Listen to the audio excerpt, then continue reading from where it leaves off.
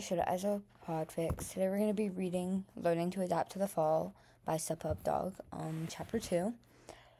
This fic is over 140,000 words, and it is 35 chapters long. I want to apologize for not posting Chapter 2 in such a long time. Like I said, I've been pretty busy lately. School, basketball, all that good stuff. This is read by Hisashi Yamada, the one and only. And yeah, let's get started. Chapter 2. Say hi. Unholy screeching. Never mind. Izuku doesn't know how long it took for someone to come up and try and talk to him, but now they are. The only reason he noticed them was because he finally focused back into his surroundings. Wouldn't that be called disassociating? Hey, Midoriya. Midoriya, are you there? He takes some deep breaths, then pokes his head out from behind the feathers. He quickly locked eyes with Mike-sensei. He looks a bit worried, but besides that, everything else seems fine. Hey, there you are, buddy. Do you know where you are right now? Izuku took a bit to digest the words, but nodded his head. USJ, attack, villains, Sue. Aizawa was knocked out. He was supposed to help them, get Aizawa-sensei to a safe spot so they could check his injuries. Izuku moved his head around to try to look for the others. Hey, calm down. What you looking for, little listener? Maybe I can help you find it or them. He looked on Mike-sensei again. Right, if he was here, then that means the other teachers are here too. Aizawa? Oh yeah, he's been taken to the hospital right now. He'll be right as rain as soon as the doctors know what to help with. He saw how the smile Mike-sensei gave him was stranded, and that his voice was a little tight as well. It makes him a bit nervous, but he can't help now. He doesn't know any medical knowledge at all. Hey, come on, little listener. We have to get you checked out too. That is, if you can walk. I can carry you if you can't, or we can even have them come to you. It's all up to you right now. Mike-sensei said all of this with a warm and kind voice. It made Izuku feel very calm. He just decided to soak up the warm and safe feeling for a little while longer. He never really got much of it, but that was okay. I'm pretty sure I can walk, Mike-sensei. He slowly got up and held out his arms, trying to get balance when everything seemed to spin for a second. He also felt his wings spread out to help with his balance as well, but they were more throwing him off than they were helping him. Whoa there, little listener. Mike slightly grabbed onto Izuku's arm to try and help. It did, and soon he found his balance again. He smiled gratefully to Mike, and then they were off to the EMTs that were dispatched, with a bit of a limp because for some reason, walking felt weird. As soon as he got to the medical area, people were trying to basically push him into the direction they wanted him to go. Too many hands were touching him, and his wings felt weird when they touched them.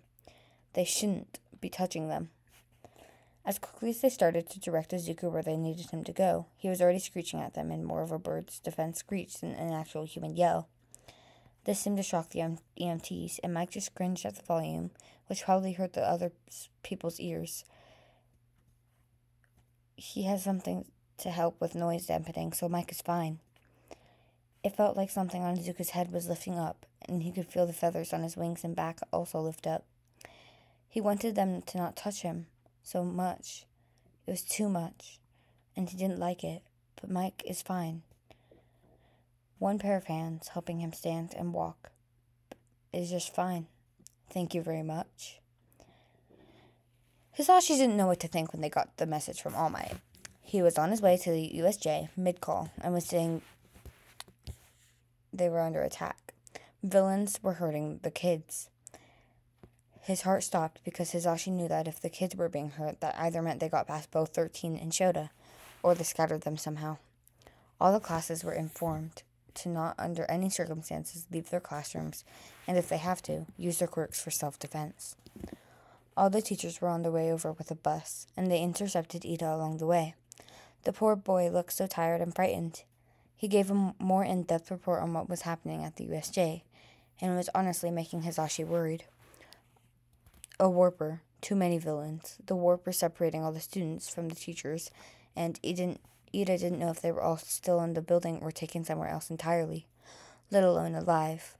But no one mentioned that line of thought. It made all of them stiffen up when Ida even mentioned a certain villain that didn't move or do anything the whole time, just standing there with a very weirdly built body that was a deep purple and multiple scars all over them. The rest of the ride there was intense silence, as they all hoped that no one was hurt too badly, but they all tried to seem fine for the kid that was riding with all of them. Once they finally got there, all of them quickly got out. One teacher stayed behind to help the EMTs, police, and ambulances to find their way here easily. They did have a recovery girl with them, and they all opted for her to start setting up a makeshift med spot for when the kids got out. They then quickly entered the USJ, and it was a nightmare. Villains were scattered everywhere, and before anyone could think, Snipe was shooting his gun into the middle plaza. This got Hisashi to notice the state All Might was in, and there were kids around him trying to help with the fight, but they were all walking away. He was about to go into a small form. Hisashi was yelling down the steps to make sure the villains would stay away from the kids that were set up nearby. He also noticed Mentos sliding down the steps and blocking off All Might from the kids. Only 2 villains were able to escape because they were the closest to the warper, and all of the teachers were able to finish up the other villains quickly. They all seemed like small-time thugs and were just here for cannon fodder. That was most likely the use of them, because the kids even said that they were pretty easy to fight. Hisashi was trying to make sure the kids coming up the stairs were okay and safe, slightly talking to them to get some kind of read on their state of mind. It was a rough idea because they just got done with a traumatizing situation and most likely wouldn't show any signs yet, but it's just in case. He was so focused with the students coming up the stairs that he didn't notice the ball of feathers with the little group of students there trying to help their injured teachers. The only reason he noticed was because someone kept repeating one name, Midoriya. After so many times of Hound Dog repeating the name, he looked around and saw it. Besides Hound Dog was a big ball of feathers. They were a deep dark green and brown with specks of white near the tips of the wings, or maybe under them. They also looked really puffy, maybe fluffy. They looked like new chick feathers that you could usually see on through those live animal watch channels and documentaries. It was weird, and also the fact that he thinks he sees a head of green hair in all those feathers. Midoriya, can you hear me? Hisashi couldn't understand how this person could be the cute, nervous green bean because, well, he doesn't have a mutation. The kid has a strength quirk, not any type of animal mutation or transformation. So trying to figure out what's going on, he walked up to the Hound Dog to get some info. Hey, Hound Dog, what you doing? Mike was trying to be casual. It usually helps his mind in these types of stressful situations, especially after he saw the state Aizawa and 13 were in. Just act normal, Hisashi. You can break down later. Hound Dog looked back at him with a slightly worried expression, but he quickly schooled it. This little pup is Midoriya Zuko. I can spell it's him. The other students that were with him said that he got hit by some quirk. Oh, so it was a simple quirk effect. The poor little listener was probably just overwhelmed by all the noises and senses he got. Birds aren't fond of loud, noisy areas like this to begin with if they aren't used to it. So the little listener was hit by some kind of mutation quirk. Might last for like a few hours, maybe a day at best. Like a few days at worst. Nothing too bad, but does he have any injuries? He was always breaking his bones with all the strength he's got. He let his normal chill but happy presence Mike's smile drop down on his face. The kid was fine. And Hound Dog must just be worried about the kid's mental state right now. Hound Dog would be rushing over to the medics if he was to hurt or something else bad. The thought was proven wrong from when he noticed how tense Hound Dog was. How he was holding himself by Midoriya, like he was ready to jump away at any moment, like the kid would attack him. That's not right. He's so tense and on guard around a kid that was in the hero course and also probably only hit with a mutation quirk. No, he was hit with something else. This made every thought in Hizashi's head freeze. Then why does he have... I can see the question on your face, Mike. I'll tell you all I know right now. I already called to tell Nezu what's happening with the pup, and also Recovery Girl. They will probably need a quirk specialist and find which villain used their quirk on him. Hisashi blinked a couple of times, but after letting his mind catch up with the info that was given to him, he nodded for Hound Dog to continue. The students with him, Mineta and Asui, they both state that Midoriya turned into a baby after getting hit with a quirk that was aimed at Aizawa while he was mid-fight with a villain. Asui said she thinks he's named Shigaraki, who had a deadly disintegration quirk. The thing is, after being hit with the quirk, he suddenly had little wings and his feet changed, and he looked like he was just gained a mutation quirk from the quirk that was just used on him. That's a weird quirk, but usually de-aging quirks all vary. Mostly only last minutes or a few hours if they go that far back.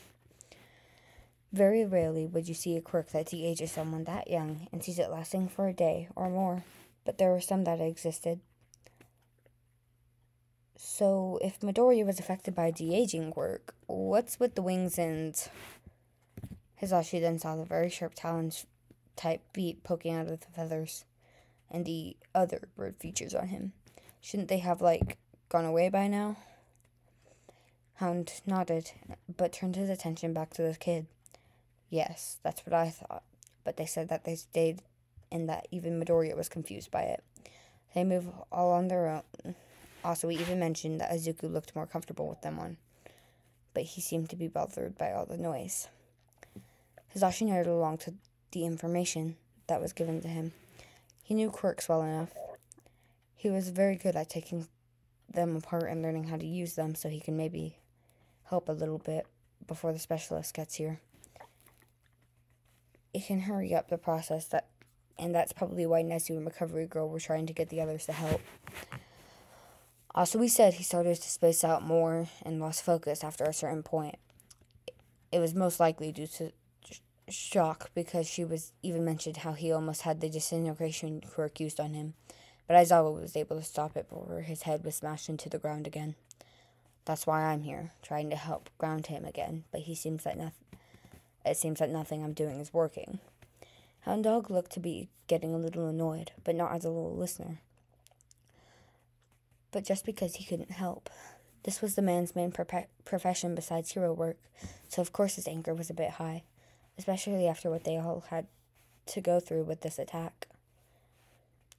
Hisashi stood there a bit, trying to think of ways to maybe help. He has helped some students in the past with this type of thing. He's pretty sure all the staff in UA knows how to handle this type of thing, but most likely not All Might. Can I help? The little listener's in my class, and he seemed to like me a little bit, more than the others he had already had. I mean, he loves all his teachers, but he seemed more excited with me, if that makes sense. That way you can go cool down a bit. I don't want you to go all growling on us now, do we? Hisashi gave a wide smile, but he knew that Hound Dog knew it was all for show. The man could read people well enough to know what they were feeling, when they were feeling an emotion. But at least he doesn't call Hisashi out for it. Hound huffed, but got up from his spot. Yeah, that's probably for the best. I don't want to accidentally scare the little pup, and just have him farther into that mindset. I'll see how the other kids are, and then see if the others need help with the villains. Might need to sniff out some of their hiding spot. Hisashi nodded and quickly took the place Hound was at. If he can help, then maybe he could get the kid over to the medics faster. If they walk over, then they should know the kid should. That's a big should. Be okay with people near him. He gave a look over Midoriya and noticed where his head was in the feathered fluff. He could probably talk closer to his head or more in the direction of his head, so he could hear better behind all that fluff. It was very cute fluff, too. Midoriya, can you hear me? I know a lot has happened, little listener, but I can tell you where you are right now, if that will help. Right now, we have heroes grabbing all the villains and putting them away. The villains are all cuffed and can't hurt you or your classmates anymore. The time, I don't have anything to tell the time, but I can confidently say it's a little past lunch. Hisashi kept talking like that and hoped his voice was helping the kid in some way. He had to shoo off some annoying paramedics that wanted to touch him and check him, but Hisashi wasn't having that. The little listener needed to be present so he could understand what's happening. He could go into another state of panic if people suddenly touched him. Hey, Midoriya. Midoriya, you there? Hisashi zeroed in on the small movement that was made. It was the first time the kid had moved in a while, and then he saw Midoriya's face. His cheeks were stained with tears, and his hair looked more of a mess than normal. There are some feathers in his hair, and there were 1 or 2 feathers near both sides of his eyes, and Midoriya also had the black markings Hawks has by his eyes. That doesn't even cover all of the feathers at his hairline, but Hisashi can ignore that for now. The kid needed to know that nothing was wrong. If Hisashi starts to freak out, then so will the kid. He was able to lock eyes with the little listener, so that means he can see him. That's really good. Hey, you there, Betty? Do you know where you are right now? Hisashi put on a calm but bright smile and waited for the kid to show some kind of answer. Usually, after someone comes out of shock or a disassociating episode, they can take a couple of seconds to answer. They just need a little bit more of time to think is all. He watched as the green bean started to think of his answer, and Hisashi saw the panic emotions behind those slightly unfocused eyes. Kid must be remembering the attack and what was happening. It was also his little group that was trying to protect Aizawa, so Midoriya quickly started to wipe his head around to try and find something. Oh, not something, but someone. He must be worried about the others that were with him and the condition Aizawa was in.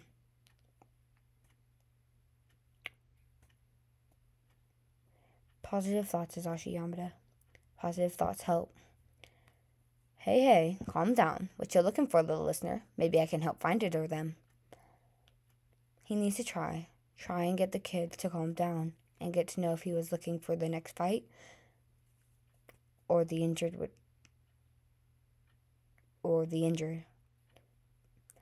Hisashi locked eyes with him again, and he could see some panic drain from those deep forest green eyes. Aizawa? Okay, so Hisashi was right about trying to find Aizawa. He was the most injured, and the little listener probably knew that too. At least he seemed to calm down a little more while looking at him. Oh yeah, he's been taken to the hospital right now. He'll be right as rain as soon as the doctors know what to help with. He tried to sound happy and calm, trying to sound okay, and that everything was fine, but Hisashi could see it. Midoriya had a calculating look in his eyes, and it seemed like he was dissecting him. Hisashi knew he would find out he saw that little tension. Hisashi knew he was found out when he saw that little tension that went away. Can't come back. Fuck. He must not have had that much of a convincing, calm voice for that kid. Fuck. He needs to get the kid's attention somewhere else. He could try to put whatever injury the kid might have to light. That might distract him enough, and then they could help with his weird quirk he was hit with.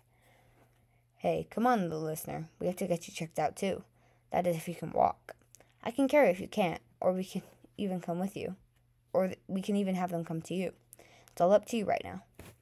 Hisashi just needed to get his focus somewhere else, and his injuries treated. He just needed to get him to a spot that has better people qualified to help with these types of quirk. With this type of quirk he was hit with, then it should probably help a bit more. He tried his best to sound calm, but excited and happy. Calm but excited, happy and kind. That was what Present Mike was like 24/7. Some found him annoying, but it always seemed to work wonderfully with kids. Having someone happy and carefree always just calmed the kid down a little better sometimes. He watched as the kid sat there for a bit. He was probably thinking again. For all Hisashi knows, the kid could have a sprain somewhere that he doesn't know about. I'm pretty sure I can walk, Mike-sensei. Midoriya then proceeded to try and get up, and he got up a lot faster than Mike would have liked. He was then proven right with the thought that the little listener could walk well right now by how he held his arms out for balance. Midoriya also spread out his wings as well, and the underside was white like Hisashi thought. They also had a few green feathers here and there too. He quickly noticed how Midoriya was losing balance, and then he was gaining it, and he swiftly went to his aid.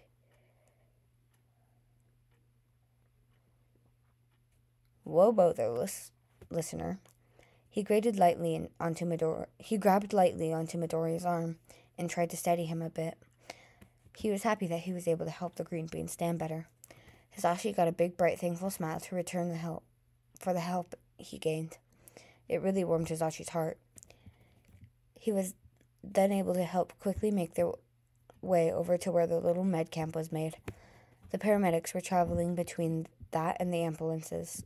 Poor Greenbean had somewhat of a limp, but that might be the fact that his feet are longer right now, and also have talons on them at the moment. Hisashi would find it hard to walk right after his feet changed so drastically. Hisashi was glad that it didn't take that much time to get to the mid area, but he soon regretted it as the paramedics and doctors rushed them. It caught him off guard, but Mike quickly recovered and tried to push them away to give Midoriya space. He could see the kids start to panic again. He could lash out or fade out again at this point. He tried to get the annoying dumbass off them, but they were just getting closer and not absorbing how much Midoriya hated the fact they were touching him. Hisashi was close to just straight up punching them. RG wouldn't let this slide at all if she was watching. That feisty old woman would smack all of these fuckers with her cane. Hisashi could see the panic quickly raise more and more and more when he couldn't get them to back off. Right when he was about to call over one of Ecto's clones, if they were going to act like this was a recently traumatized child, then they can just get out. If they were going to act like this with a recently traumatized child, then they can just get out. But right when he waved over to one, Midoriya screeched. It was muffled, but Hisashi could tell he was screeching. A bird screech. It wasn't human yelling at all, and it sounded desperate and defensive, and it hurt Hisashi's heart. It at least got all the EMTs off them as then all covered their ears. But that's what they get. He was glad he had ear protection on because of his quirk, but it wouldn't matter that much anyway with how bad his hearing is. This loud screech also seemed to alert a bunch of people and different teachers. The EMTs backed off, but now more people were coming over, and Hisashi knows for a fact that would not go well with the kid right now. He looked back to the kid and saw the feathers that unfluffed themselves from before standing back up on edge. Hisashi also clearly could see how the kid's hair was also taller and a bit more puffier. He could see the feathers in his hair mixed with his normal hair standing up in defense. The kid was on the defensive again, but this time it seemed like the kid would attack, with how he was trying to make himself look bigger. Alright everyone, that's the end of Chapter 2 of Learning to Adapt to the Fall by smth. I'm gonna say sorry right now for all my stuttering and not being able to read. My phone, which is what I read off of, is at low battery, and if you didn't know, on phones, if it's at low battery, the brightness goes down to, as a power saver, and so I couldn't really see the words that well. Luckily, it's plugged in now, but other than that, that's the end of this awesome chapter of Learning to Adapt to the Fall by smth. Make sure to go on AO3 and leave the author some kudos and leave some support. I feel like they did a really good job with this fic and was super creative with the plotline. I hope you all have a fantastic day and make sure to drink some water.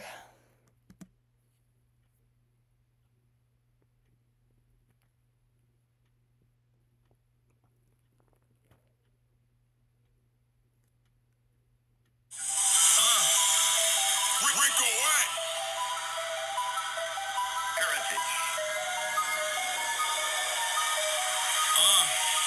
Look.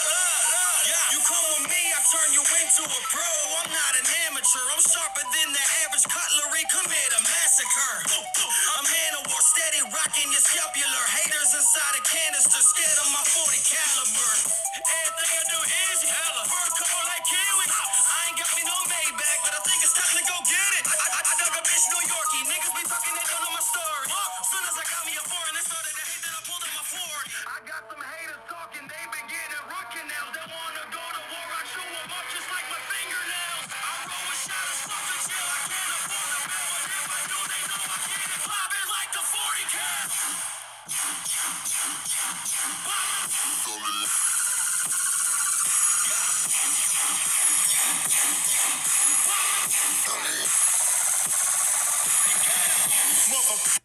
Okay, today I'm gonna interrupt the song. I know, I'm sorry, it's such a Present Mike song. But I've been getting comments lately that have definitely concerned me. So I was looking for some poems. I know it's really cringy, but I've been looking for some poems to read to maybe just like help you feel less, we're gonna be blunt here, suicidal. So I found this poem off of TikTok, and I'm gonna read it to you guys because I need you guys to notice your worth, because you guys mean more to me than you guys think. I started podficking because chat inspired me. I really liked Podfics, and I didn't even know Podfics or fanfics existed before like stumbling upon one of her videos, and I was like, oh, this is so cool. The fandom is so sweet and everything. And like my first comment, my first subscribers, I remember I was sending videos to my friends, like like a little kid showing their parents their pictures, or their little drawings. I remember just going to my friends and being like, I got 10 subscribers already, yay. It was a great time, and it was definitely so awesome. So we're gonna read a little poem that I found off of TikTok, and so it's not original, but you should take it as if someone's telling it to you, like anyone important to you is telling it to you. It might not be important to you, but just listen, alright? Before you take your life as you think you must do, we read this letter I wrote to you. I know you spent the last few weeks writing your own in the form of a goodbye, maybe an explanation to your loved ones as to why. But it's your turn to listen. What's one more minute before your decision? There are some things you must know before you decide it's time to go. Before you take your life, will you close your eyes and remember the little child playing with sticks?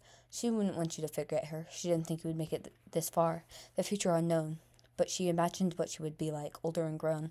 And I know what you're thinking. Remembering you as a child doesn't save you from sinking. In fact, does it make you feel worse not being the woman you as a child would have been proud to converse? That's the point, is it not? You have so much to prove. Don't you realize you would be killing her too? And what about the old woman? You could be wrinkled and gray and with grandchildren on your lap. You would be killing her before she even breathes. Think about your pain, the tears, the scars, the shame. Did you think your body buried would eliminate the pain? It will stay alive. It will be in the walls, stained on the carpet floors. Don't you want it to be all clean before you turn and shut the door? Maybe give the air some more laughter before you turn and leave it with all your sadness. Give your corpse some smile lines and memories before leaving it with all this badness. Think about the people who love you. I know, you're rolling your eyes. For other people should not be the reason you do not want to die. But think about how much you have failed at loving them. It's not the fact that you were loved, but saving others that may save you from within. Death has lost its beauty if we do not first live, and life has lost its beauty if we do not first love. I don't think you can ever force yourself to belong, but you can find pockets of peace along the way, say listening on repeat to your favorite song.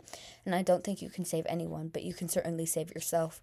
Once you realize that there are more versions of you that have yet to be let out. Before you take your life, will you take a moment to think? You have shampoo left in the shower, some face wash on the sink. Won't that go to waste? What about the leftovers in the fridge you have yet to taste? There's a nagging inside of you, longing for something, and it's causing this dread. Something you don't think you will find until you are dead, like you were going to be gone, treasuring every moment so that you may feel more strong.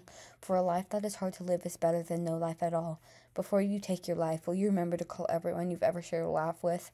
I promise if you do that, you will forget why life is something you wanted to miss. Before you end your life, listen to the voice of someone else. Even while you're listening to me, there's an old couple dancing, a child playing in the rain. Don't you think there is more to life than you letting it drain? I know you want a purpose in your pain, but have you ever stopped to consider your purpose is your pain? The sadness is a gift.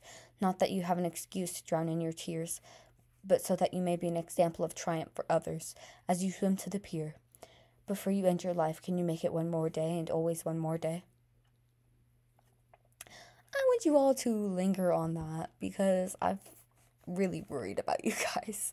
Because, like I said, some of your comments have really concerned me and made me worried about your guys and your health. I'm not saying you're unstable or anything like that, or I'm not stereotyping you or anything like that, but I'm saying you're important and you're worth everything to me and so many other people around you. Suicide's not worth it, I promise you guys. But I love you all so much, and I hope you have a fantastic day.